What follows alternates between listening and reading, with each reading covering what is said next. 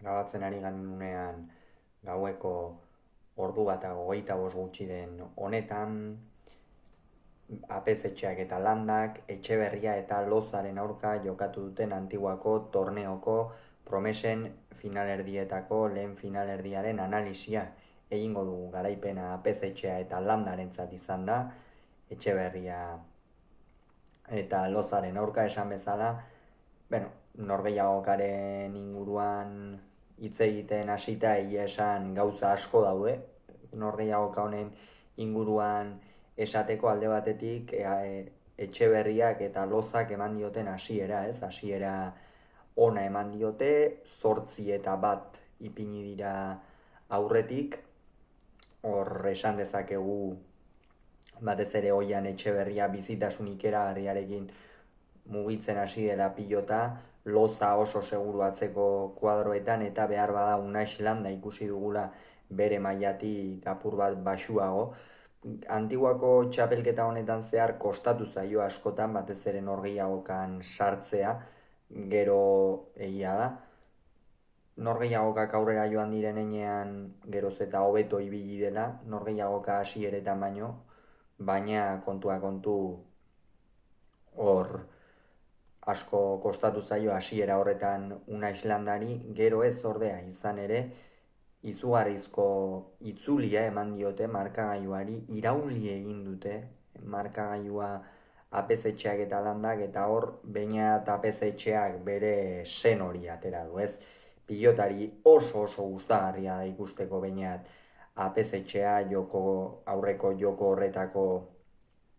arlo guztiak oso ongi menperatzen dituena, ezker gantxoarekin minik eragarria egiten du, sekulako bolea dauka, botez ere sekulako errekursoak ditu, gainera defentsa oso ona duen pilotaria da, eta hasieran pixka bat norgehiagokan sartzea kostatu zaio ere, gero iaia berak irauli du partida, Landa ere asko zuzendu da, Lozari bizkarra erakusten hasi zaio une bat baino gehiagotan, eta hor pixka bat Oian Etxeberria ere partida oso ona egiten ari zen Oian Etxeberria ere, pixka bat norgehiagokatik atera dute, eta 15 eta 13 zioa zela pilotari bati eta kirolari bati orokorrean gertatu liezaiokeen gauzarik okerrena gertatu zaio Oian Etxeberriari, kasu honetan apezetxeak txokoan utzitako pilota baten bila joan da ezker hormara, eta sorbaldan sekulako kolpea hartu du, 10 minutu edo egon behar izan da aldageletan, ikusteke zegoen gero itzuliko zen, eta itzultzen bazen nola itzuliko zen, baina ederki itzuli da egia esan, eta 18 eta 13 jarri dira aurretik. Hor zer gertatu da? Gorriei atxeen aldi luze horrek gehiago erasan diela normalean, urdinei erasan beharko ziekeen, batez ere Oian Etxeberriari, beldurrez jokatuko lukeelako, baina ez da horrelakori gertatu, eta 18 eta 14 ipini dira aurretik, baina gero norgehiagokaren amaieran ja Loza ere oso nekatuta ikusi dugu, Landa freskoago iritsi da norgehiagoka amaierara, Etxeberria ere naiz eta partidaren amaieran ongi jokatu duen nahiko justu ibiliko zen, eta